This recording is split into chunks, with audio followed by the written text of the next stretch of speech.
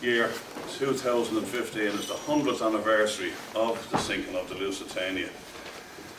And it was a very seminal event in many ways. It was probably the worst atrocity up to that time that had been committed in warfare in modern times against civilians. It's not to say that there were various maritime disasters that would have been on a par with it. And nevertheless, it sort of set a benchmark, it set a new benchmark on the depth to which, I suppose, barbarity would sink with regard to warfare on civilians. That was manifested later by the bombing of London, even during the First World War by the Germans from Zeppelins, and of course it culminated during the Second World War with the dreadful bombings of Hiroshima, Nagasaki and Dresden and so forth, that warfare no longer just included the military. I'll just tell you briefly about how I come to be doing this lecture. It's a little outside the scope of what I normally research and speak about, because it's a well-told tale and it's been well written about by better people than myself and well researched also. But I was actually asked to put the talk together by a teacher friend of mine who teaches in St. Patrick's School in Drumcondra. Apparently they have the First World War on the school curriculum now, and the Lusitania is mentioned in it, and she asked me would I put the talk together for her combined 6 classes. And we seem to have lost the picture. There we go. And it was a great joy to lecture to so many intelligent young sixth formers who asked me a lot of very awkward questions at the end. So I was simply asked to give the talk several times since then. But I normally research things that are a little bit more obscure and haven't been so well researched before. But at any rate, the Lusitania was a magnificent vessel. At the time she was built and launched, she was the biggest ship in the world and the fastest ship in the world. They were the wonder of the age. She was built in 1906, launched in 1906 and went into service in 1907. And that's a picture of her leaving Liverpool, where she was based. She was belonged to the Cunard Company, famous liner company. They were built for one purpose. The principal purpose that they were built for was to carry passengers mostly across the Atlantic as fast as possible, as comfortably as possible, and as cheaply as possible. And they were very efficient in that. They competed at the time for a trophy called the Blue Ribbon, and that was awarded to the vessel that made the fastest crossing of the Atlantic. And at the time the Lusitania was launched, it was held by their competitors, the Norddeutsche Lloyd line, the Kaiser Wilhelm, the German liner called the Kaiser Wilhelm. As soon as the Lusitania went into service on its third voyage, it took the Blue Ribbon from this vessel here. There were various other liner companies such as White Star Line, which the Titanic belonged to, and a couple of other German companies.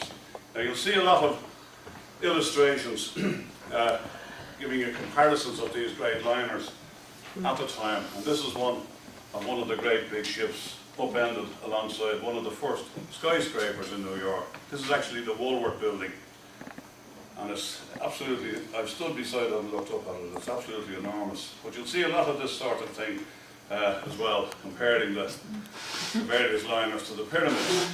And it was actually at the time, outside of the Great Pyramid, one of the largest man-made objects that had ever been made. The Germans were nothing loath to get in on the same act. They showed the Sphinx also in their illustration of it. But you'll see plenty of this sort of illustration in visual stuff. Okay. So I went with them, we flew over. And my principal objective of going over was to visit the Maritime Museum over there. Not to go on the tear, although I did that as well. That's a bonus. I got up, they were all staying in bed, and I got up early, and I had breakfast, and I was wandering over to the Maritime Museum, and I decided I'd have a coffee and a bun, and I went into this place that had been a bank, lovely restaurant, and I ordered a coffee and a bun. I was sitting down having it. And these two young girls, I'd say girls about mid-20s, came over and asked me for my autograph. And I said, oh, by all means, and they gave me something to sign on. I signed my own name on it and something in Irish, Canary and Motorlive or something like that. And Oh, go do it again, do it again. Yeah.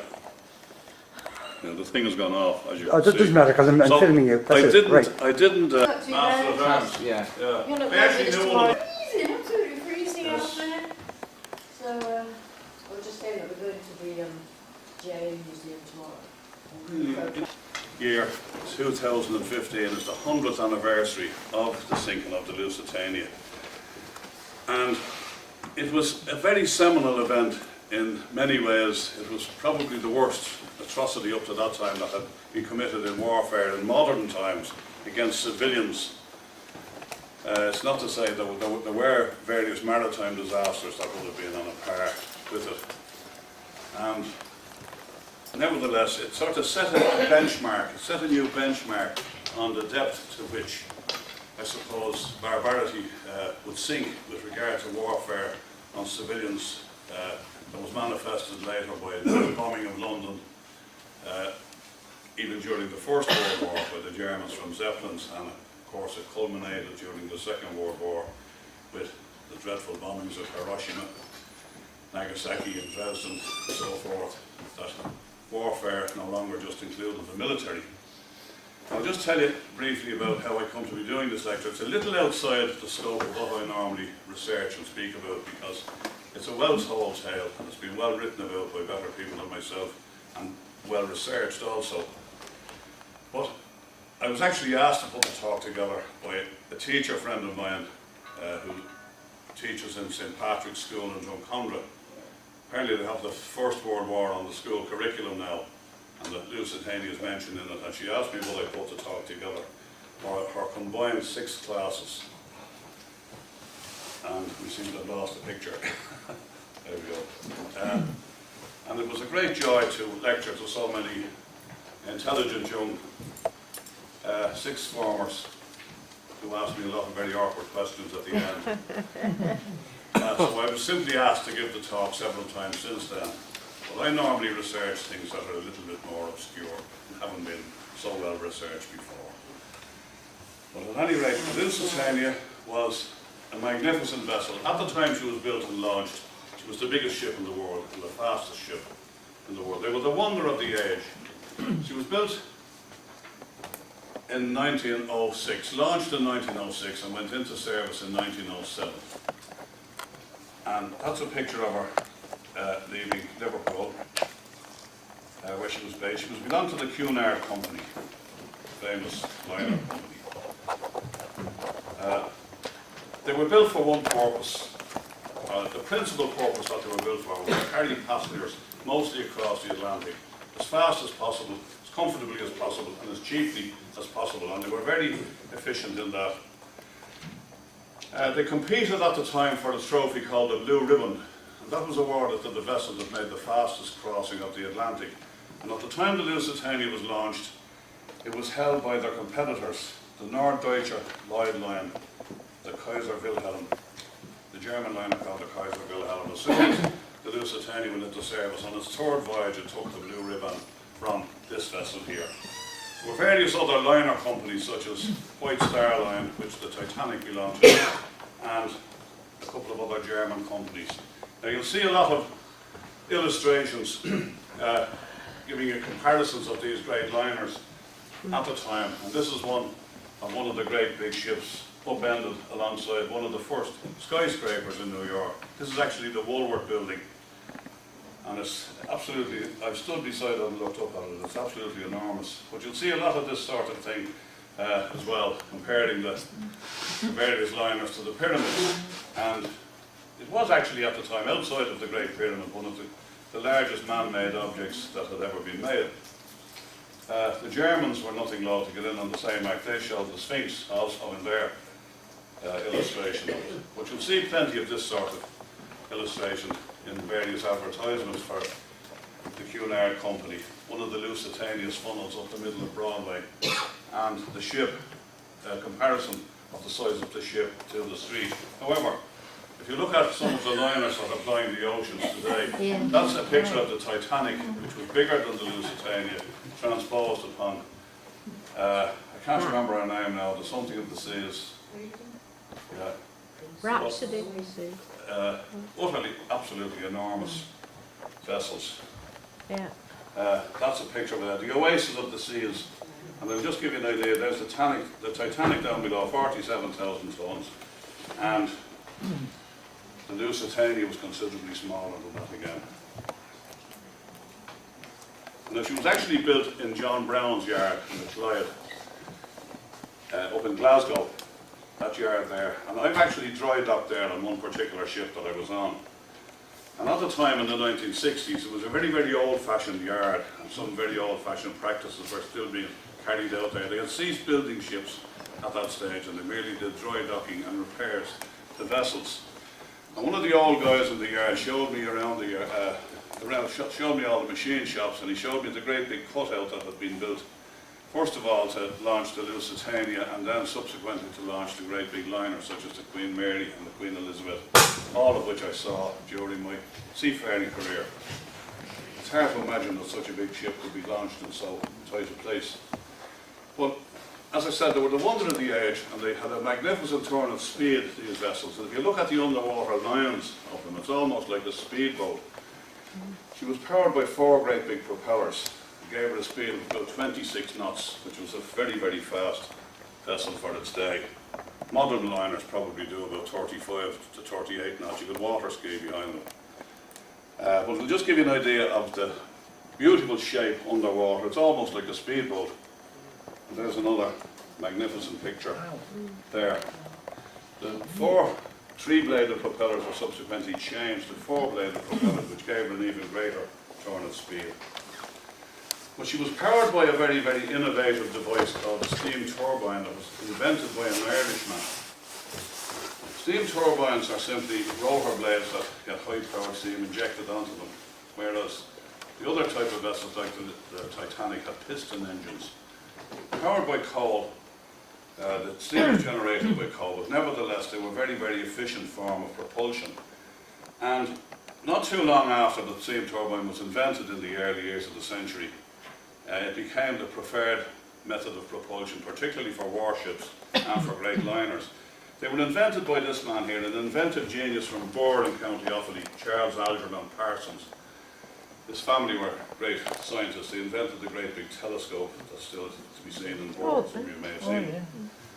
Now at the time the Lusitania was built, she was regarded as an auxiliary armed cruiser. Now this knowledge would have been available to the Germans, and perhaps explain one of the reasons, as I'll go into later on, as to why she was sunk. But there was provision aboard for mounting 12 of these guns. All of the great big liners with their great turn of speed that were built in Britain were subsidised by the Royal Navy, subsidised by the government, in order that during wartime that they could be taken up and converted into armed auxiliary cruisers, literally to serve as warships. When the war started, the Lusitania was taken up, but almost immediately was given back by the Royal Navy because of the prodigious amount of coal that it took. I'll be telling you a little bit about that later on. And she was simply too expensive to run. It just simply took too much coal to run her. There was provision on the deck for 12 of these guns, and it's generally believed that at the time the Lusitania was sunk that the guns were not aboard. She wasn't actually armed, even though she was classed as an armed auxiliary cruiser. But it would have been a very simple method, a very simple affair just to mount the guns, because they were only held on a series of bolts, and the mountings on the deck were just a circular emplacement there. That's a picture of her coming down the Clyde on her maiden voyage, with tugs in attendance. Just have a look at some of the dimensions. 787 feet long, 30,000, a little over 30,000 tons. Very narrow beam by comparison to the length. 4 Parsons steam turbines and 25 boilers, which gave it a speed of 25 knots. But look at the coal consumption, 900 tons of coal per day. Wow. And there was literally an army of people down in the stokehole Shoveling, yeah. feeding the boilers all day long. 100 tons. That's just a report about her taking the blue ribbon. To give you an idea of the type of passage that she did. This was phenomenal speed in crossing the Atlantic. 4 days, 22 hours and 53 minutes. That was literally knocked spots off the previous record. Subsequent liners would probably be doing it in just under 4 days. The the likes of the Queen Mary and the Queen Elizabeth were even faster again, and she literally about 3 3/4 days. But just to give you an idea what the vessels look like, these were literally, somebody has described them as the stately homes of England afloat. They were done out to a very, very high degree of comfort and decor. It's incredible to think that you had Italianate stucco plasterwork on a big vessel that was moving, but that's what you had, similar to those you'd have on classical houses. Antique type furniture, carpets that will, you know, Axminster carpets that you sink up to your ankles in, and stained glass, Cuban mahogany everywhere, beautifully turned out. That's the entrance to the smoking room, and this great big, the reading room, and a great big mahogany, split pedimented bookcase, probably with leather bound volumes where you could go and read if you were in the first class. And there's great emphasis on the gentlemen's smoking rooms in these.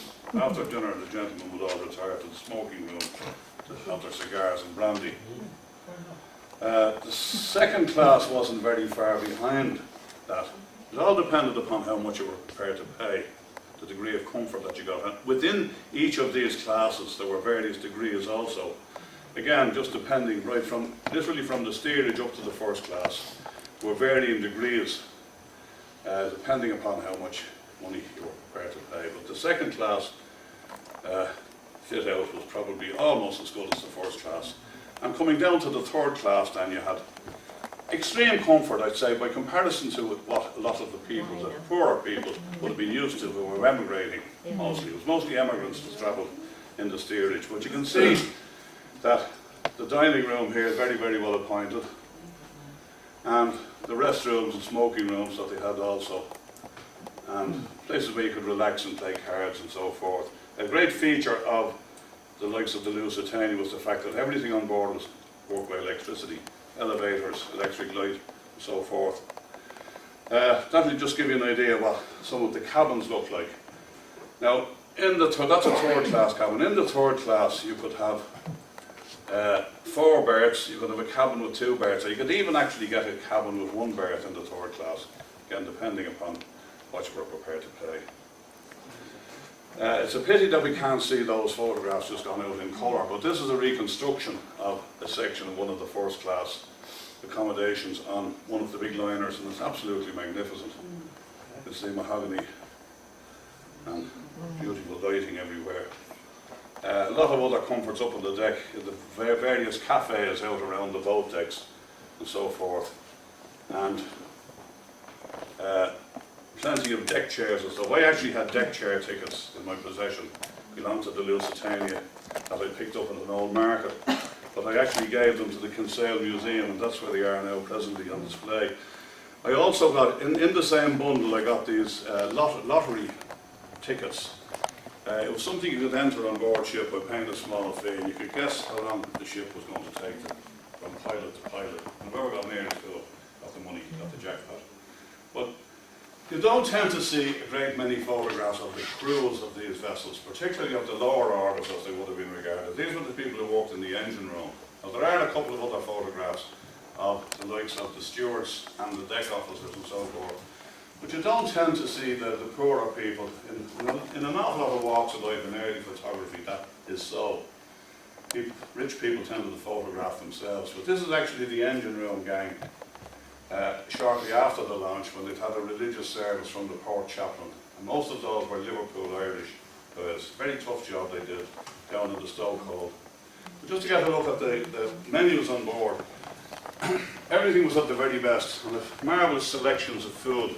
That's from the date on that is 1908, and you can see there you can literally have anything you liked for your breakfast. For your luncheon rather, you know. What class menu is that? Oh, sorry, yeah, that's the first class menu. I omitted to say that. Yeah, no, I'll just go through them all. Yeah, that's the breakfast there, and again, a huge lot of fare of all sorts. Eggs boiled, fried, or whatever. Again, I think you're coming into the I really should be a bit nearer to the screen because there's one I just wanted to point out. Yeah, I think that's a first class one as well. But I'll just give you an idea of the sorts of selections of food that you have. But there's one in particular there. That's second class. Yeah.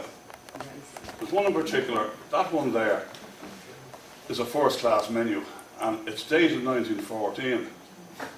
September. The war was about a month old and already you can see, if you compare that to a previous menu, you can see a slight difference. There's a little bit of frugality scrapped in and there's not quite as big a selection of food on that menu. But the one I find most interesting of all is this one. That's the steerage menu, the third class. And you can see there, very, very fine selection of stuff. Ham and eggs, smoked herrings, jacket potatoes, for the breakfast, tea, coffee, Swedish bread, roast beef. There would have been a different joint of meat on every day. Then you had tea with cold meat and literally 4 meals a day because you could have got gruel, which was soup and cheese and stuff like that for the supper.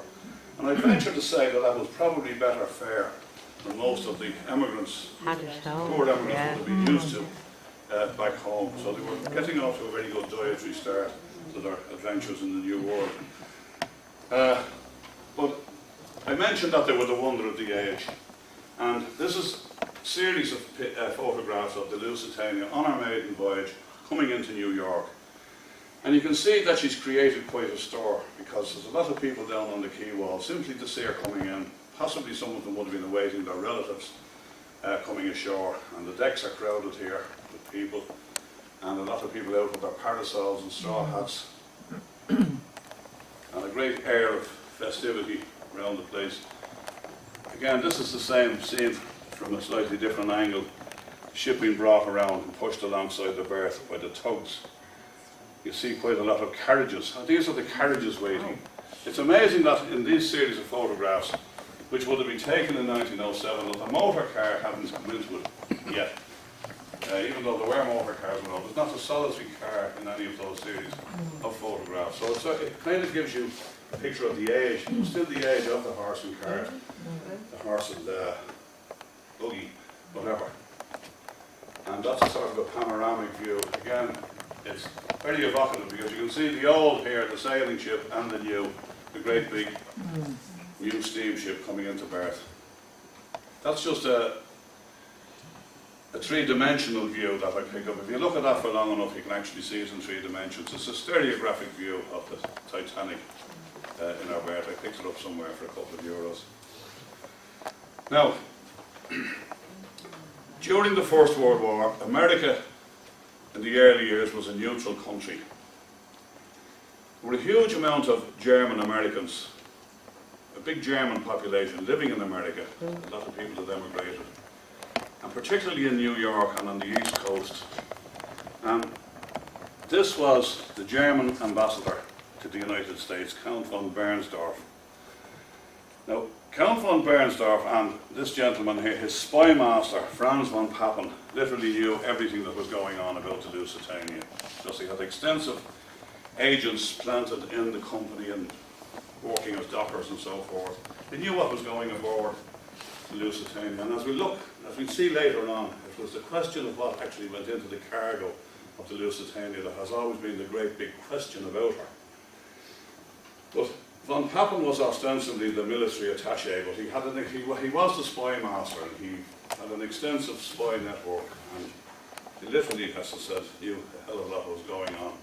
Prior to the departure of the Lusitania from New York, our last fateful voyage, von Bernstorff and von Papen placed this notice in all of the newspapers beside the Cunard advertisement for the Lusitania. And if you read it there, it's a warning to passengers not to travel. And it states it in black and white. It couldn't be any more clear. Vessels flying the flag of Great Britain or any of her allies are liable to destruction in these waters, and the travellers sailing in the war zone on ships of Great Britain or her allies do so at their own risk. You can't put it any more plainly than that. As a matter of interest, it was von Bernstorff and von Papen whom Roger Casement here and John Devoy had been conspiring with to arrange for the arms shipment in the ship that subsequently became known as the Odd to Ireland. the conspiracy had first taken place in the United States, and Caseman found his way from there to Germany to try and recruit people for his Irish brigade. Little more about him later on. Caseman will come into the story again. But the Lusitania left New York on the 1st of May 1915, captained by this gentleman here, Captain William Turner, a very, very experienced seaman. He had started off just as a deck boy on sailing ships and worked his way up from the deck, got all of his master's tickets and so forth. And by the time he took command of the Lusitania, he stood in for another officer who was actually sick, who had withdrawn from the voyage, and Turner took his place. He was the Commodore skipper of the Cunard Company, a man of great experience. Now, it was customary for them to leave New York, head across the Atlantic and pick up the headlands on the south coast of Ireland, notably the old head of Kinsale, where they normally stood into the land then to take bearings, but you'd no decker or GPS back in those days, and no direction finding, nothing like that. All of the navigation was done on a visual or a celestial basis from observation. The waters all around the British Isles at this stage had been declared a war zone, as you've seen from the notice in the papers. Been declared a war zone by the Germans. Now, it had also been declared a war zone by the Allies.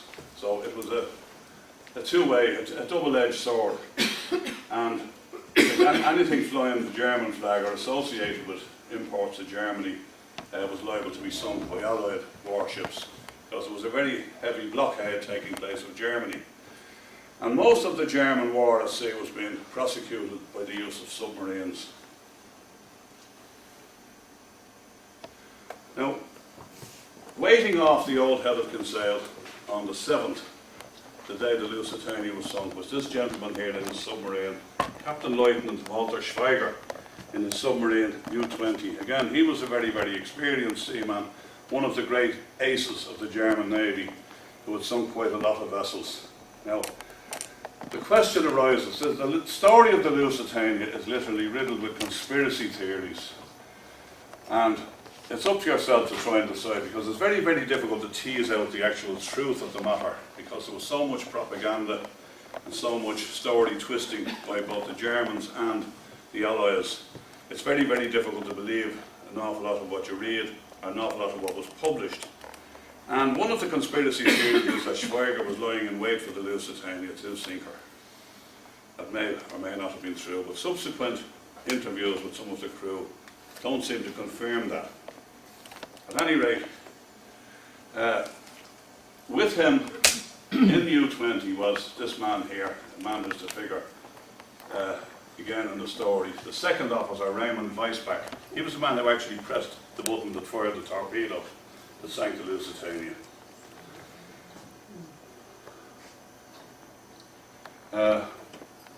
These were the type of submarines. Even though it was early in the war, Germany had developed submarines to such an extent that they far outshone virtually anything that the Allies had at that stage in terms of size and efficiency and range, the distance they could travel.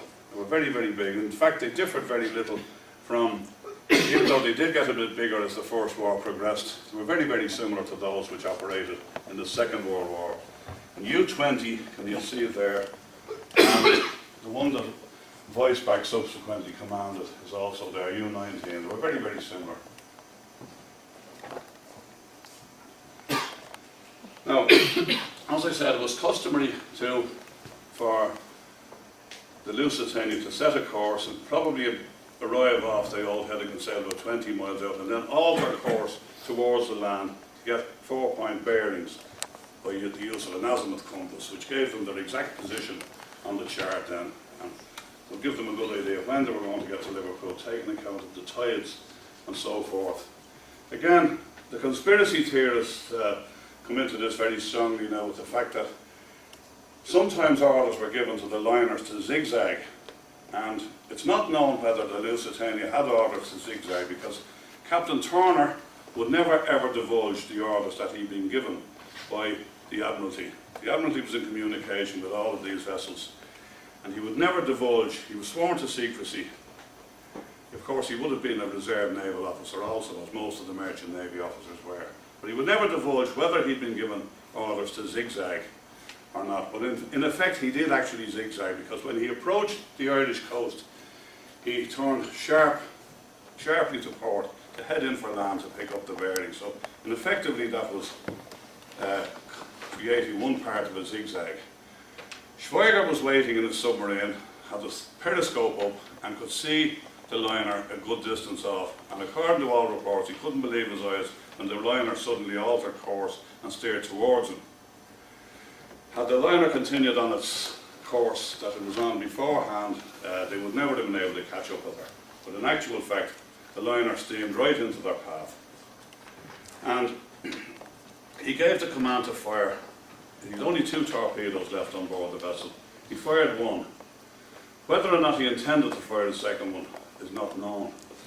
But he saw the torpedo exploding, and this is where the real mystery began. Because almost immediately after, almost simultaneously, there was a second explosion. There was a huge second explosion which blew the whole side out of the ship. And according to Schweiger's testimony, he was on the periscope. She began to sink immediately, and subsequent accounts given at various inquests and inquiries confirmed that. A huge second explosion took place, and the ship immediately began to heel over, and she began to sink.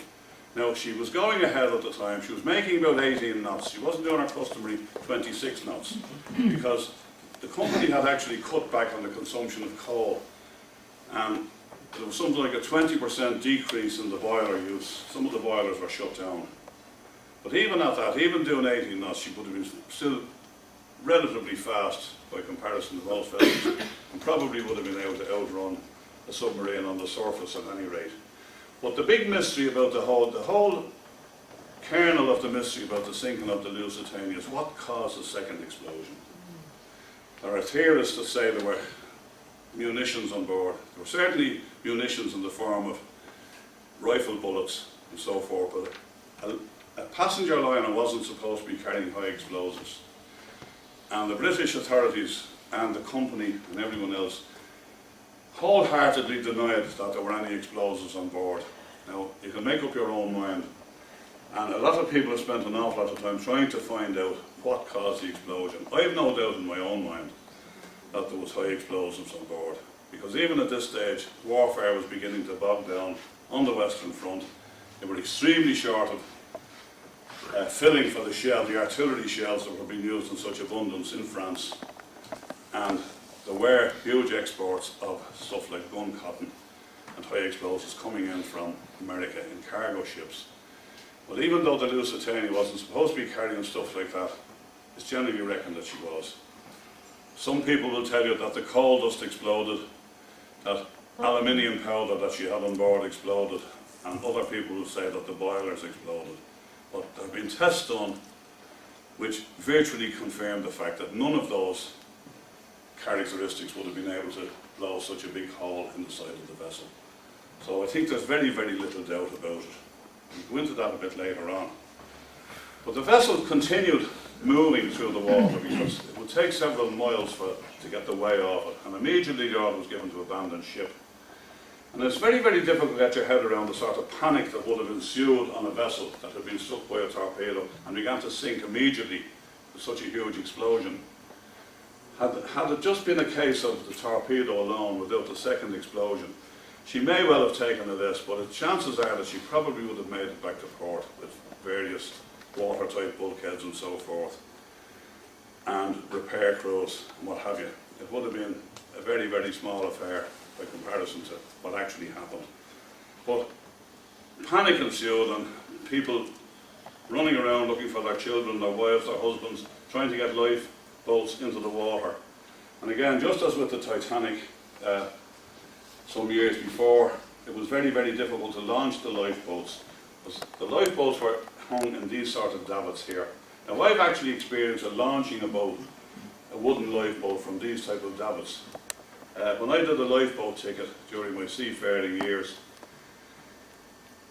the lifeboat that you used in the Marine School, I went to the one in Belfast, was a small wooden version of this with the same type of davits, and part of the examination for your lifeboat ticket was you had to take charge of the launching of the lifeboat, get it into the water with your crew, the other people who were doing the tests, and get it under sail with the lug sail.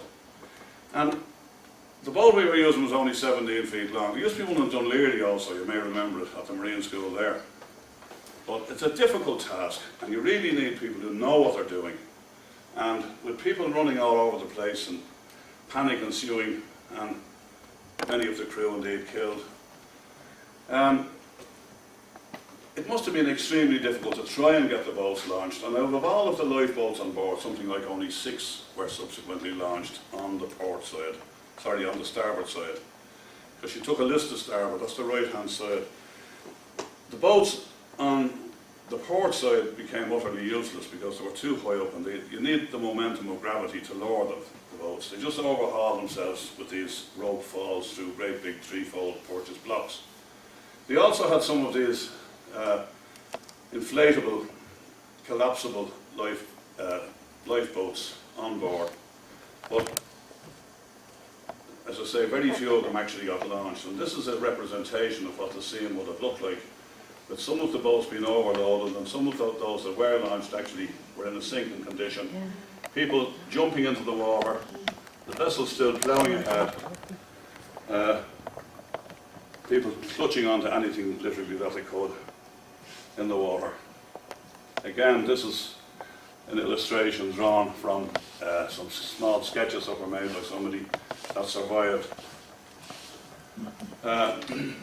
The ship took 18 minutes to sink. From the time the torpedo struck till the time it went below the surface was only 18 minutes. And this is the sort of scene that would have presented itself to the first vessels that got out to the Lusitania after she'd sunk. Bodies afloat, some alive, some dead, some lifeboats. Fortunately, it was a calm day. There was very little wind on the day. The weather was relatively good. It was in May. I imagine, had the weather been worse, the toll would have been much greater. But the first vessel to get out to the Lusitania was this one here, the Wanderer of Peel. She was a fishing smack from Peel in the Isle of Man. And they were fishing down off the old Hedekin sail. And the man who was up on the deck at the helm saw the liner coming along and saw the explosion taking place. They were a couple of miles away. There was some breeze at that stage. And the skipper gave instructions to drop what we were doing and head for the Lusitania. When they got there, they picked up something like 179 survivors. And they were literally loaded down to the gunnels and brought them back in towards land, heading for Kinsale. The survivors were actually taken off by a warship that had come out and brought to Queenstown, which is now Cove. But that's the crew of the Wanderer, and there's a connection with that to the present day that I've had experience of recently, because the skipper, William Ball, he didn't actually own the vessel, he didn't own the Wanderer, and it's said that a lady that he managed to save, one of the survivors, was a wealthy American who found out that he didn't own his fishing vessel, and she had a boat built for him in the Isle of Man the following year, in 1916, which he gave to him as a present, literally for rescuing her. Now, he didn't hang on to her for very long. He was probably content in the job that he had as a hired skipper on a share basis in the vessel with his crew, and he sold on the vessel. Now, the vessel was called the Agbay. Now, Agbay means good luck in Manx Gaelic, and she's still in existence. She spent some of her time up in the north of Ireland after he sold her on. Spent most of the time after he owned her in Ireland. First of all in the north, and her latter days were spent in Balbriggan, simply operating as a small trawler. Now, she's been acquired recently by a good friend of mine, this man here on the left, Paddy Murphy. Wonderful character. Has acquired her, and he is converting her now back to a sailing, practically like a yacht, because she's built like a yacht. Paddy's a wonderful character, diver, artist, boat builder, sailor, marvellous character. Blacksmith, he's a blacksmith by trade, he can make anything. And he has her down in Galway at the moment, and he's getting her ready for relaunching next year. As you can see there, she's very, very fine vessel, built like a yacht, and she's in beautiful condition. But HMS Juno was one of the few warships that was in Cove at the time, and she got up steam and proceeded out. Now again, the conspiracy theorists come in here because, for whatever reason we don't know, HMS Juno was withdrawn. She was told to head back to port by the Admiralty. She'd received a signal. Perhaps with so few warships around, they feared that she might have been sunk by the submarine. It was known that the submarines were operating in the area because they'd actually sunk, the same vessel had sunk 3 ships in the previous few days. She took some of the survivors off Skipper Ball's boat and proceeded back into Queenstown. This vessel got up steam also. She was a great big harbour tug. She headed out, picked up some survivors, took a couple of the lifeboats in tow, and picked up some bodies from the water. The same with the Clyde Shipping Company paddle tug, the Flying Fish. That was one of the vessels that got out. Subsequently then, the Flower class sloop Bluebell got up steam and was allowed to proceed out. By the time they got out, there was literally only bodies to be found. There were no more survivors. They'd all been picked up. Various other fishing boats arrived out also. The Cormac lifeboat was launched, and by the time they got the boat in the water, the wind had died down. There was no wind for them to sail out. These were propelled by oars and sails. And they actually rowed the 12 miles from Cormac out to the scene of the sinking. And again, nobody alive. They just picked up some bodies and brought them back to Kinsale.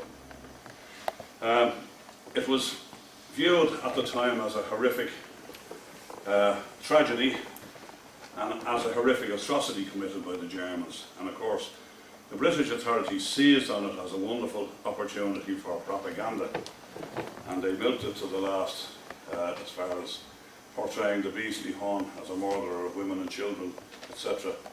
Captain Turner was summoned by the coroner in Kinsale to an inquest that was held on some of the bodies, and he did actually give evidence, but in answer to questions that were put to him by the coroner about the orders that he had, he clammed up and refused to answer them. He said, "You better address that to the Royal Navy." When the inquest was in progress, a representative of the British government came down into the inquest and told him not to give him any more evidence, that he was to remain silent. The people of Cove, where most of the survivors were brought into, opened their hearts and their doors to the survivors, and there was some very, very harrowing and horrific scenes of poor injured people and people who had lost everything. Naked people were given clothes and so forth. These are some of the crew. A lot of bodies were being carried through the streets. There's an American flag draped over a body. Some very, very harrowing scenes indeed. This man still has his life jacket on him. People wandering about aimlessly, so forth. You can see the look of bewilderment in some of these passengers. This was a very, very tragic story. Mrs. Paul Crompton and her 6 children were all lost. They were going over to meet her husband in Britain, who was working there, and the whole family were lost. I'm not sure whether that young girl is a local or whether she's just wandering about. Been saved. These are posthumous photographs. The victims were photographed because it wasn't known who they were. There's no identification of them. And they were photographed for identification purposes, but I'm sad to say that some of them were actually used rather shamelessly for propaganda. Very, very harrowing, some of those pictures to look at. Little children photographed after death. The richest man in the world at the time, his name was Alfred Vanderbilt, was on board. It's generally reckoned that this was the richest man in the world. And he was last seen taking off his life jacket and giving it to a lady. Huge amount of well-known people, but I'll just show you a couple of them. Charles Froman was another, a great show business impresario who put on great big shows in the likes of Broadway in London, the West End in London, put on operas and so forth. He was also seen giving his life jacket to a lady. Now, Sir Hugh Lane was on board. Now, So Hugh Lane at the time was the curator of the National Gallery in Dublin. And it was a controversy arose after his death. He was lost on the Lusitania. A controversy arose over the ownership of paintings that he had. He had left his paintings in his will to the British Gallery, and before he left on the Lusitania, he changed his mind and left them to the Municipal Gallery in Dublin, on condition that they find he had this very, very large collection. You're probably aware of the story, the Hugh Lane collection, and he wanted to have a gallery built for the city of Dublin, which was subsequently acquired, but before he was lost on the Lusitania, he simply couldn't find a place to house his paintings that he was going to bequeath to them. So at a fit of pique, he left them to the British Gallery. Before he left, he changed his mind again because this house had been acquired in Parnell Square, which now is now the Municipal Gallery. And he forgot to either sign the codicil of his will or have it witnessed, I think. And a very acrimonious row erupted in subsequent decades with the ownership. The British wouldn't honour the terms of the will because it hadn't been witnessed. They were just standing on ceremony. But eventually a compromise was worked out where they rotate the pictures now. It was a very sensible solution to the thing. Sometimes they're shown here, and some of them are shown in Britain, and they rotate them around. But another, I'll tell you a little bit more about Hugh Lane later on. There was a great big funeral for people who had been lost in Cove, in a place called the Old Churchyard. First of all, they were brought to the Cunard Yard here in Cove, where there was some inquests held. The bodies were attempted to identify them. This is some of the funeral, some of the naval personnel of the various vessels that were in Cove at the time attending the funeral. The bodies were buried in big communal pits like this in the Old Church Yard in Cove, and here they are being covered up by the members of the British Army. The only thing to mark that nowadays are a couple of these stones with bronze markers on them, say Lusitania, and it's dreadful to think that somebody attempted to prize those off for scrap recently and damaged them in the process. They've since been repaired.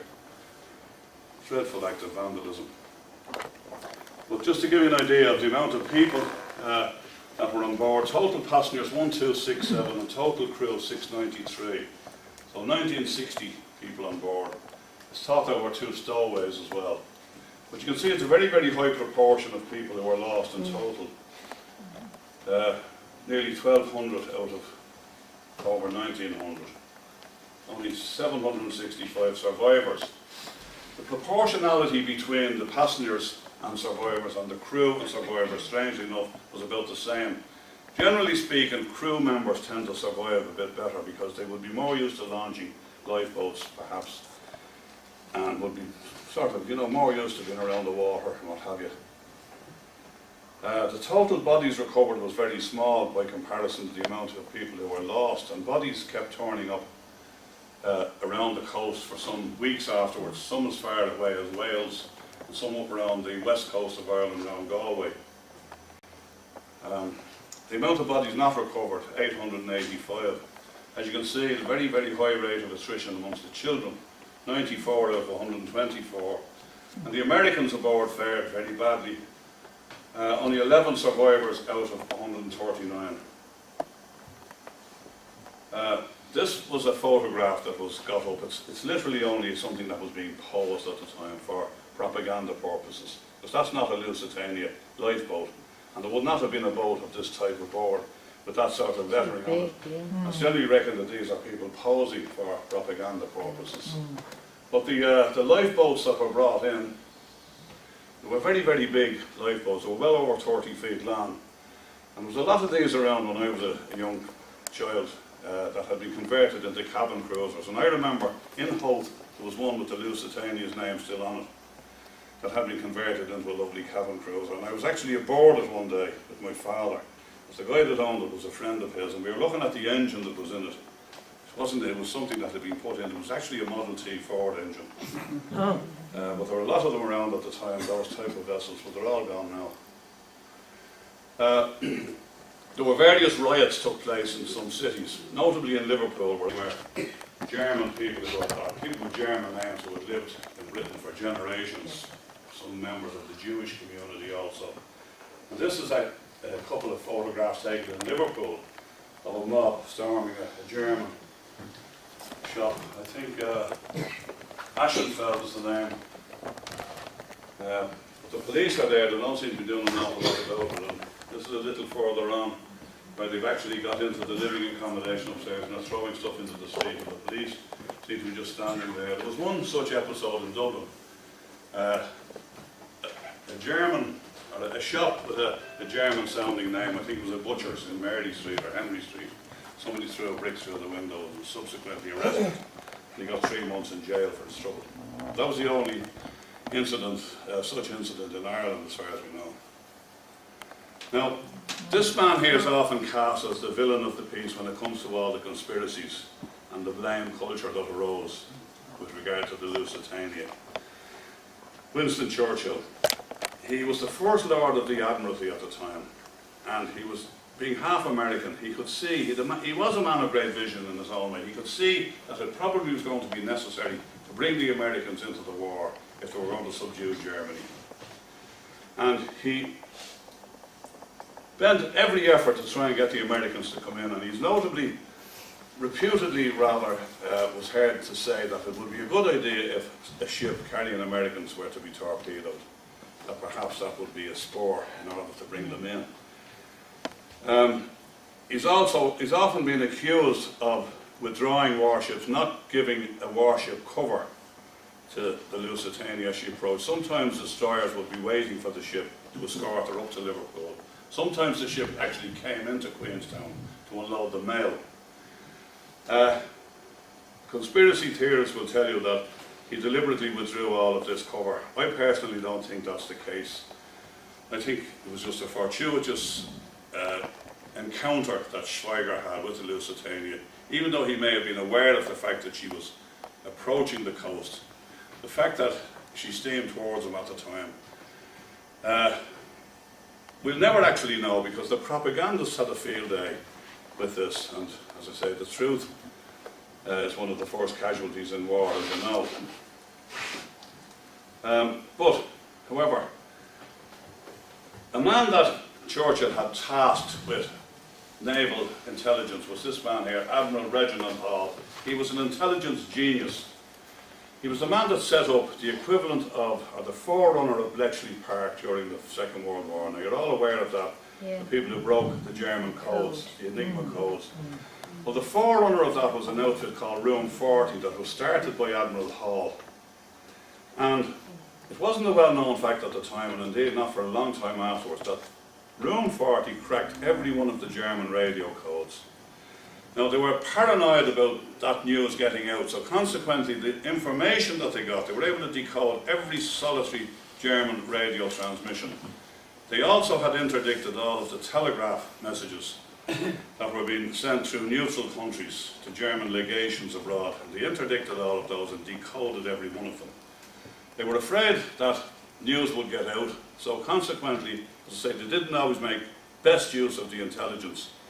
They didn't even tell the other various chiefs of staff what was going on. They only let the information out on a need-to-know basis, as they described it.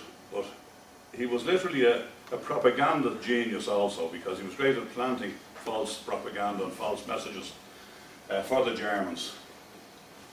But all of the people who worked in Room 40, or most of them at any rate, were still alive when the Second World War broke out. They volunteered, went into Bletchley Park and formed the basis of that code-breaking outfit. That's a picture of Room 40, very unprepossessing looking, nothing very elaborate about it.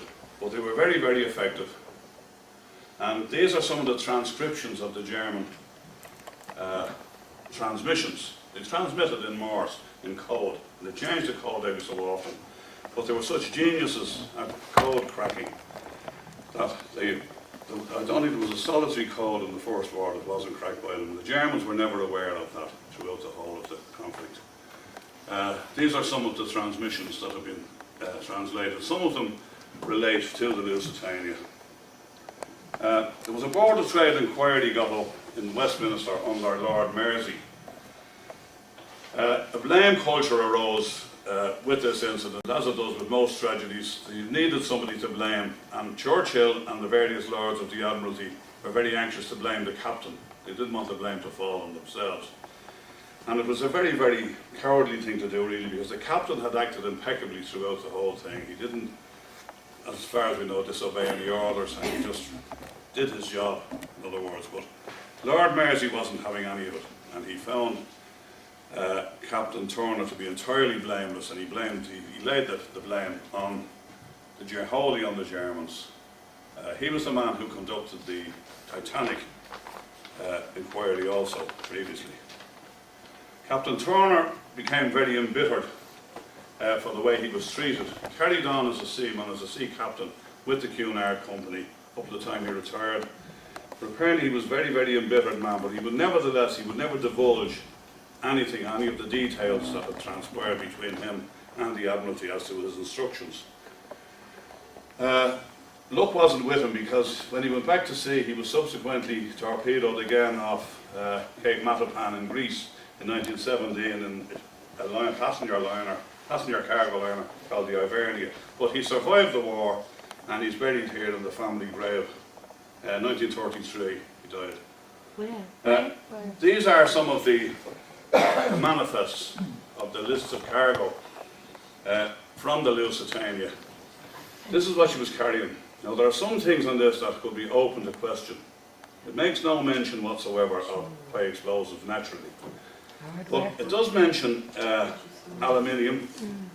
Now, this was aluminium powder. This is not working. Yeah. The aluminium powder in the cargo, considerable amount. 95 packages. Now, that would probably be several tons of that. But if you look at the amount of beef and butter that she was carrying, 342,000 pounds of beef and a huge amount of butter, that was consigned to the Admiralty. So, you can probably read between the lines there. You can see that there were 1,271 cases of ammunition. Now, that was rifle and machine gun ammunition. Now, they didn't explode because they're still all on the wreck of the Lusitania. Huge amounts of it scattered everywhere on the wreck. Oh, notions. What were notions? I have no idea. I have no notion. But again, look at here, a huge consignment of cheese. Now, that was down in the cargo hold in wooden boxes. Now, as I said, I have no doubt in my own mind. I've just made up my own mind that she was carrying high explosives. But it's up to everyone to decide for themselves. There were a number of reasons, of course, why the Germans would have sought to have her sunk, and every one of them they would have considered to be legitimate reasons, because it was a war zone. There was unrestricted submarine warfare was taking place in the first years of the war. After the Lusitania was sunk, the Germans cut back on that. There was such a furor internationally from neutral countries about the fact that Americans had been lost. They cut back on unrestricted submarine warfare, and they went back to what were known as the cruiser rules, whereby the captain supposedly was to stop a ship, look for the papers, find out what she had on board, and then let the people get away in the lifeboats. And it would be subsequently sunk either with torpedoes or with gunfire. But believe me, it was more honour in the breach than anything else. But the warning had been placed in the newspapers. The Germans knew she was an armed merchant cruiser. They also knew that armed merchant cruisers and all other allied vessels, including warships and cargo vessels, had orders to ram submarines if they saw them on the surface. And they also knew that she was, through their spoils, that she was carrying this ammunition. They knew exactly what was aboard. And now, there was millions of rounds of rifle and machine gun ammunition, and they would have seen every solitary one of those as a potential loss of a German life. My good friend Paddy O'Sullivan, diver and engineer from Bandon in County Cork, conducted experiments on aluminium powder recently to see would it explode, and in actual fact he did manage to cause a small explosion, but even he is of the opinion that the amount of aluminium powder on board wouldn't have been sufficient to generate this huge explosion that took place. Walter Schweiger, he went on to further fame in his submarine. He got a very, very mild rap on the knuckles from the German Admiralty and from the Kaiser. But in the immediate aftermath of the sinking, he was actually given that decoration that he has around his neck there, personally by the Kaiser. That's the Blue Max, the Pour le Mérite, the highest German award for military valour. So clearly he wasn't out of favour with the Kaiser. Not long after he sank the Lusitania, despite the fact that unrestricted submarine warfare had been more or less curtailed by the German authorities, he sunk the Hesprian without warning with the loss of several hundred lives, not very far from where the Lusitania sunk in 1915. You can see here, if you look at the list of vessels there, you can see the 3 vessels that were torpedoed or sunk by him in the days immediately prior to the Lusitania being sunk. You can see them there, those 3. Now they are all sunk in a small radius from where the Lusitania lies, all within the space of a few days. So that knowledge was around. The British Admiralty knew that there were submarines in the area. Why was the knowledge of that not transmitted to the Lusitania? We don't know. Was it withheld deliberately? Again, it's one of those conspiracy theories, but we never know. Schweiger remained in U-20 up till 1916, when he was heading back to base on the coast of the North Sea, and he was having an encounter with a German destroyer in very shallow water off Denmark, and the destroyer had to pull away because there was danger of her going aground, which is exactly what U-20 did shortly afterwards, near the coast of Denmark, in a place called Torsmunde. They tried to blow the submarine up before they got out of it and went ashore, but they weren't successful, and there are pieces of that still to be seen in the museum, the local museum. You can see that the locals took the conning tower off it, one of theirs, and I think there's a bell also, and various other art that belong to U-20 are there. Schweiger went on then to command U-88, which was another famous submarine, and he sank a good many more ships before it in turn was lost. He was lost before the end of the war. His second in command, Raymond Weisbach, the man there with the cap, was the man who subsequently brought this man and his colleagues to Ireland, Roger Casement. Now, Roger Casement had actually embarked aboard U-20 with Schweiger to come to Ireland, but the ship developed engine trouble or control trouble and had to put back into port. And the task was taken over by his second in command, who was now in command of the lone submarine U-19, Walter, Raymond Weisbach. That's unusual to see a picture of Casement without the beard. There were a couple of other people put ashore with him. I can't remember their names now. They had orders to team up with the Yacht, but the Yacht was being shadowed by the British Navy. They knew everything that was going on. They knew all about the Yacht, even though it hadn't got a radio aboard. They had intercepted all of the signals that had been made before that. That's a picture of Casement and Schweiger and more of the crew of U-19 up on the bridge, up on the conning tower. In 1966, at the 50th anniversary of the 1916 Rising, Raymond Weisbach was the honoured guest of the Irish government during the commemorations for the Rising. And this picture was taken down in Tralee, where Casement came ashore on Bannostrand. And he was interviewed by a team from the Maritime Institute that included my late colleague, Dr. John de Courcy Ireland, who could speak fluent German, although Weisbach had fairly good English. And he asked him a lot of very pertinent questions, both about the Lusitania sinking and about Roger Casement. And he answered them all very frankly, and it was all written down, and that archive is now in the Maritime Museum in Dunleary. And one of the questions Dr. John asked him was, did he fire more than once, or categorically no, they didn't have to, because the ship began to sink almost immediately. Now, I mentioned that there was a great propaganda crusade campaign carried out in the immediate aftermath. of the sinking of the Lusitania. Now, most of it was orchestrated by this man. This is my great uncle Eric Field. He was married to my father's aunt Frances Lowth. Now, he was an advertising executive that owned a big advertising firm in London when the war broke out. He was married to my father's auntie. And he was taken in by the British War Office to orchestrate, first of all, the recruitment campaign that took place to get people to join up before conscription had taken place. And he was the man that coined the phrase, "Your king and country need you," and he was the guy that invented the poster with Kitchener saying, you know, "I need you, your king and country need you." And he went on then to carry out most of the propaganda for the British War Office in all the different spheres of the war. And he capitalised on the Lusitania. After the war, he was knighted by King George V. And that's a picture of him coming out of the Buckingham Palace with my Aunt Frances and my great-grandmother Mary Lowth in the background there. So by definition, my father's auntie was Lady Sheila Field. And my father was a dyed-in-the-wool, dedicated, die-hard Sinn Féiner. And believe me, he never talked about his family. He was the only one in the family that was, because they were all loyalists and Castle Catholics and so forth, and he wouldn't tell us anything at all about his family.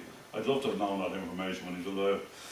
But at any rate, in addition to that, the young girl in the photograph there was his cousin Sheila, who married a very high-ranking British general, Sir Norman somebody or other, and she was Lady Sheila, whatever her name was. But Field was he was in one of these yeomanry regiments, and by the time the war was ended, he had been given the rank of brigadier general, although he never actually fought. He spent all his time doing this propaganda. But these are some of the early posters that he invented for the British War Office. That was the very first one, with the phrase, "Your king and country need you." I often wondered, did he have any qualms of conscience about all of the young people that he would have persuaded to enlist and go away and get slaughtered on the battlefields of France and elsewhere. But you can see where posters were a very powerful medium of propaganda and communication back in the day. There was relatively few pictures even in newspapers back then. And there was no radio transmissions, no television. And people tended to look at what was on posters and to take heed of them.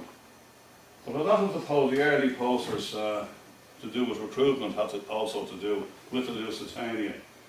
That one in particular there, like the Lusitania, strictly speaking, hasn't got such a lot to do with Ireland, other than the fact that it was torpedoed off the coast and there were Irish people aboard. But nevertheless, Irishmen avenged the Lusitania and joined an Irish regiment today.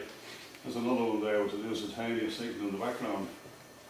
Eric Field wrote a very fine book about the whole thing, which he published in the 1950s. I can't remember the name. I had a copy of it recently. I sent it to a cousin in Australia. And he explains the whole propaganda campaign. But you'll see hundreds and hundreds of this sort of illustration, cartoons, in various publications. Now, these are not Eric Field's, but they appeared in all kinds of periodicals and papers depicting the beastly Hun drowning women and children. And you'll see literally hundreds of different ones portraying the Germans in this light. Coming up to 1917, the blockade was really starting to bite and take effect in Germany, and everything was in very short supply. And the Royal Navy were starting to get a bit of an upper hand by virtue of aid that they'd been given by the Americans. The Americans were neutral, but neutral on the side of the Allies, and they were supplying the Allies with all kinds of armaments, weapons and ships.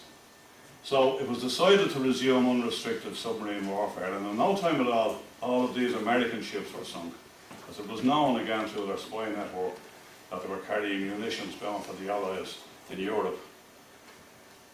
And it was one of the things, it's said that the Lusitania was one of the reasons why America entered the war, even though they didn't enter the war for 2 years afterwards. The memory of it would have been still very fresh in the mind. And it wasn't the reason why America entered the war. Neither was the fact that their ships had been torpedoed, but there were a whole lot of other factors, including the munitions manufacturers had a huge lobby in America to try and persuade the president to to declare war on Germany. But the thing that really set off America's entry into the war was this document that came from Room 40. It was a telegram that had been intercepted by Admiral Hall, and it's known as the Zimmerman telegram. And this was probably the main reason why America entered the war, because what it was, it had been intercepted from a telegraph, one of these telegraph cables that was being sent from the German foreign minister Zimmerman to the Mexican government, encouraging the Mexicans to invade America, in return for which they could take Texas, New Mexico and California back, territories that had once belonged to Mexico, and they would be given German aid and help. There had been a lot of trouble on the Mexican border and revolutions taking place at the time. And this was the straw that broke the camel's back, because almost this was given to the Americans the moment it was intercepted and decoded. And almost immediately America entered the war on the side of the Allies. And of course it tipped the scales immediately, as it did in the Second World War. Now, after the war, I've about another 5 minutes, so I hope I'm not keeping you too late. No. After the war, the Lusitania sort of faded from memory for a while until the 1930s, when various salvage attempts were reputedly made on it. Now, there was a great Italian salvage company called Sorima, which was owned by the man there with the beret, Commendatore Quaglia. And what they did was they went around identifying ships that had very valuable cargoes of metal aboard, stuff like zinc, nickel, copper, lead in ingots. And they went around to the last known position, dragged around, used very basic echo sounders, found the vessel, and then they'd anchor over it and try and salvage the metal. And the way they did it was by sending down a man in this sort of chamber that had illumination on it, and he could report up by radio. This is on a wire, on a crane, being lowered down to the bottom. And he'd radio back to say what was going on, and he'd direct the placement of explosives then on the sides of the vessels. Go back up, the explosives would be set off, and he'd go back down and report, and they used huge big grabs to pull out the cargoes and ingots. Now, this is just a two-prong one. They had ones with big 8 and 10 point grabs on them, taking up huge big scoops of ingots. Now, the Artiglio was the name of the vessel that Sorima used, and they were salvaging a vessel that was full of copper ingots very near to the Lusitania. They didn't actually salvage anything from the Lusitania. There was nothing worthwhile on it that would have justified the effort of blowing open such a big ship. Plenty of other pickings, but word got out because of the fact that they were operating so near to where the wreck was, and they were based in Kinsale while they were doing it. They used to go in there to reprovision. That word got out that they were actually salvaging on the Lusitania, but it wasn't so. They didn't need to do that. That's the picture of a safe coming up off some vessel. It was a very effective method of salvaging. Back into the late 30s, a Scottish firm, I can't remember the name of it now, that used this vessel here, the Offer. They anchored over the Lusitania with the intention of surveying it to see could it be opened up, and they used this method here of diving, a thing called a gym suit. It's called a gym suit because it's a one atmosphere suit with articulated joints on it, and you didn't have to carry its own air supply inside in the thing. The reason it's called a gym suit, and all such vessels since have been called gym suit, because the first man to use it was called Jim Jarrett. They lowered them down to the Lusitania, which actually is in about 100 metres to the bottom. And the top of it in the early days was about 90 metres. So it's in great depth for salvaging and diving. But they didn't hang around too long. They went on to do other salvage, just like the Sorima. But then in the 1960s, the wreck was bought by this man here, John Lloyd, who was an American naval diver, a very tough individual. And he figured that he could, first of all, find out how the Lusitania sank. And he devoted all his time and his energy and his money to doing research. He compiled a huge archive of documents and information on the Lusitania, and he did about 26 dives on scuba to 90 metres back in the 1960s. And unheard of that. When Bob Dare and myself were diving, we spoke about going beyond 30 metres with awe, didn't we, Bob? But it was unheard of at the time. There's nothing nowadays because people are going on these extended dives now with new equipment. But at the time, Light dived on his own, and he didn't actually do it. The amount of time he could actually spend on the bottom, he would literally be only hitting the wreck, looking at it for a couple of minutes, and then he'd have to come up. Because you simply hadn't got the quantity of air or the time to avoid getting the bends, decompression sickness. This was the vessel that he used. He again was based in Kinsale, and again there was all kinds of rumours that he was salvaging gold and diamonds and everything else off the Lusitania. But the man who now owns the wreck is this gentleman here. He was a partner with John Lloyd early on. When John Lloyd died, he bought Lloyd's share of the Lusitania from his widow. Now he's still alive. Greg Bemis, a very, very tough Texan who owns a salvage company. You might have saw those sorts of programs on the National Geographic where they go around recovering gold coins and cannon half wrecks. So he owns one of those companies. I think it's called the Neptune. But he's a very, very wealthy man, and he literally is investigating the Lusitania purely as a hobby to find out what sunk her. He doesn't believe there's any great amounts of treasure or gold or anything like that on board, but he literally wants to find out. And at 75 years of age, he went off and did a commercial diver's course and dived at the wreck of the Lusitania with some of the Irish guys who were diving it. Very, very tough individual indeed. But he was hindered every step of the way, as I'll tell you in a moment, by the Irish government. He had to take the Irish government to court to allow him to dive on his own wreck. He got this crowd here, Oceaneering, to do some salvage work on it in the 1980s. That was a typical salvage vessel with all the diving gear on the deck. And they recovered the bell, which is now in the, I think it's in the Imperial War Museum. They also recovered 3 of the 4 propellers. One of them is in the Maritime Museum in Liverpool. Another one is in a museum in Texas, where our friend comes from. And another one's reputedly melted down to make very expensive sets of golf clubs. A late friend of mine, Ernie Green, was on that expedition as a commercial diver, and he dived using saturation technique on mixed gases, and he recovered a lot of these bomb fuses. Now they were unfilled, they're just the casings off the bomb fuses, and these were a load of Kitchener spoons, souvenir spoons made in America commemorating Lord Kitchener. Then back in the late 80s, coming into the 90s, Dr. Robert Ballard, the man who discovered the Titanic, mounted an expedition to the Lusitania, not with the intention of taking anything off it. He didn't touch anything, he merely photographed it, and he did a great big photogrammetry campaign on it, took a lot of photographs, and this is an artist's impression based upon the photographs that his team took from these miniature submarines that he used, and from what they call ROVs, remotely operated vehicles.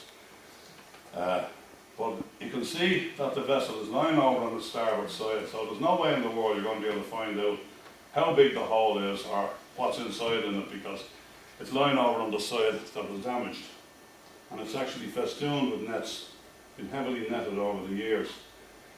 A British group of scuba divers mounted an expedition under this lady here, Polly Tapson, using the latest scuba equipment. Now, diving to a thing like that on scuba, to me now, it's literally like trying to climb the Eiger without a rope, without belays or pitons or whatever. It's utter lunacy, but it seems to be the thing to do nowadays, to go deeper and deeper. And despite the fact that equipment and the type of gases that are used other than air have improved greatly, I still think it's the notion of doing that sort of diving on a commercial basis or a military basis would be utterly unthinkable without massive backup on the surface with regard to medical recompression facilities. But there's plenty of divers doing that sort of diving nowadays. They did bring up some artefacts at the time, and unfortunately Polly died very tragically shortly afterwards. But this is the sort of gear now that guys, this is a friend of mine, Stewie Andrews, on the bottom here, who's a noted deep diver now. Nothing to these guys to dive to 140, 150 metres. That's 5 times the depth that we used to dive to. No, nothing at all to them. But again, if something goes wrong down there, your history. Now, the amount of gear that you have to bring down, you have various gases to breathe at various depths, and electronically operated rebreathers, and stuff like that. You see all this type of stuff hanging out of them. But they do it nevertheless. And sometimes the visibility on some of these deep wrecks up off the north of Ireland is absolutely colossal. You bring back great photographs at any rate, if nothing else. That's Greg Bemis and myself, Barney O'Rell, and Des Quigley, one of the first Irish divers to dive on the Lusitania. It was a seminar we had out in Rush on shipwrecks. Another picture of Greg there. As I say, he took the Irish government to court. I'll just tell you a little bit more about Hugh Lane. When Polly Tapson's group dived on the Lusitania, they brought back this story about Sir Hugh Lane. It's a complete, utter, absolute hoax, a canard, and a story that they just invented. For whatever reason, I don't know. They brought back the story that Sir Hugh Lane was carrying a whole cargo of old masters with him back from the States. Nothing at all about on the manifest. And that they were sealed into, that had been taken off their stretchers, taken out of their frames, and rolled up and put into lead tubes. And then the lead tubes were soldered. And not only that, they had actually seen these lead tubes down on board the wreck. And they put that story out, and it was swallowed hook, line and sinker by the Irish authorities, who went on to put a preservation order on the wreck under the National Monuments Act. Michael D. Higgins was the minister at the time, Minister for Arts. Now, it denotes a complete, utter ignorance of the art world to assume that old masters or any paintings would be taken off their stretchers and rolled up with all the cracking and flaking of paint that you've had taken out of their frames, and then subjected to heat by soldering them into lead tubes, notwithstanding the fact that a lead tube with anything in it at 90 metres will be squashed as flat as that. You know, and we have to have those. So under the National Monuments Act, they put a special preservation order on it. There's provision for that in the Act. Anything over 100 years old is automatically a national monument. So they put a special preservation order on it. And they believe, as I said, they swallowed this story about Sir Hugh Lane and his famous old masters, hook, line and sinker. It wouldn't make any difference now because it would automatically become a national monument in this year, 2015. Some of the remaining artefacts from the Lusitania, very poignant. A lot of them have found a way into the Kinsale Museum. I'm keeping you along over the time. A child's shoe. Some of these medals are to be seen there as well. In the aftermath of the sinking, the Germans got up a commemorative medal in bronze.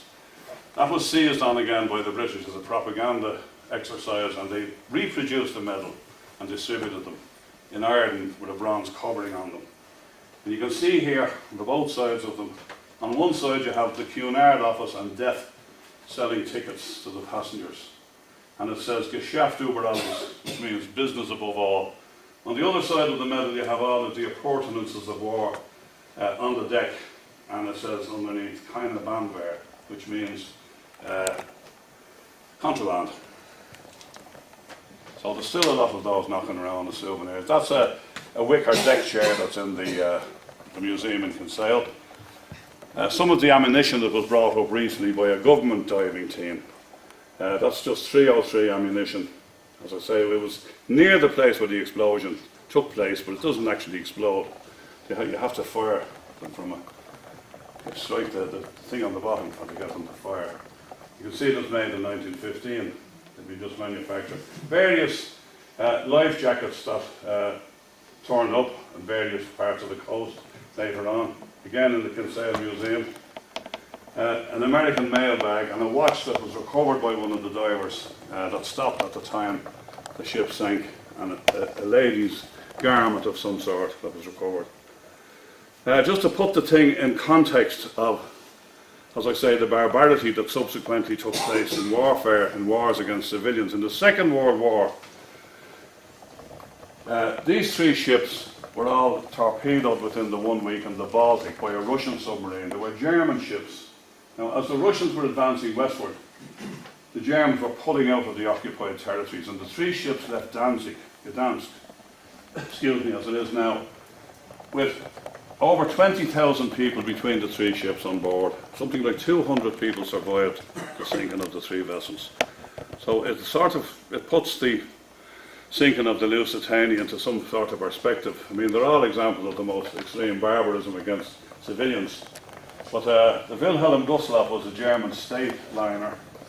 I can't remember the name of that one now. That was the Steuben, yeah. But the one on the bottom there was a sister ship of a vessel called the Bolivar, a Norwegian ship that was wrecked on the Kishbank off Dublin in 1947. Well, nearly 20,000 people lost. That's Audrey Lawson, the last survivor of the Lusitania, who died quite recently, but she had no recollection of it because she was just a babe in arms. And that is the last slide. It's the monument to the Lusitania in Cove. It was sculpted by the famous, or rather notorious, depending on which way you look at it, American-Irish sculptor, Jerome O'Connor. He wasn't really in favour with the church or with the Free State government. The church didn't like the shape of the angel on the top, and it wasn't put on it for a long time afterwards. He also did the crucifixion sculpture out in Dunleary, and that was lying in the yard. The church didn't like the shape of that either, but this was completed then. Seamus Murphy, famous Cork sculptor, did the stonework, and there were quite a lot of commemorations that took place recently on the 100th anniversary of it. So there we have the Lusitania, a famous ship in its own way, and a ship that gave rise to a lot of other events. Thank you very much.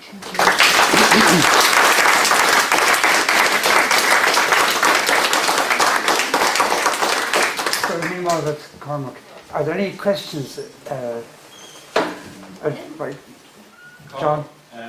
Have all the state papers been released in Britain and Germany and America on the Lusitania? Most of them have, but there's still an embargo on some of them. And in actual fact, it's a known fact that some of them have actually disappeared from the archives also. Oh, better. So, yeah, so I'd say a lot of facts. There's more to come. And yeah, a lot of facts are never going to come out. I think there's a 100-year embargo on a lot of stuff, so perhaps after this year, more facts might emerge. Was there any programme attached to the captain for having survived when so many people lost their lives? Well, I think you could say that in general, a lot of people would have taken the view that the captain should have gone down with the ship, but personally I could see no reason for that. I mean, survival is a very strong instinct in everybody. But he did come in for a fair share of criticism. But I mean, one man being, he wasn't responsible for the actions of the German submarine commander, and he literally wasn't within his power to save everybody. And he was very, very unfairly pilloried by the press.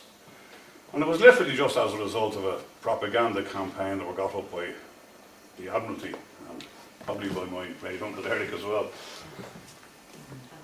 Sorry?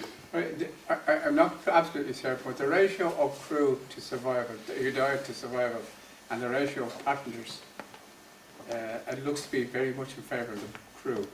Well, I did the mathematics on it, and I think the proportionality is about the same. It's about the same, yeah, I think it's about. It's roughly about the same proportion. Now that wasn't always the case. In a great many cases of shipwrecks, where a lot of people were lost, you'll find that there would be a disproportionate amount of crew would survive. They'd know where to head for the lifeboats and stuff like that. They'd know how to get them into the water. And you will find that, but I found it rather strange in this case that the proportions were about the same.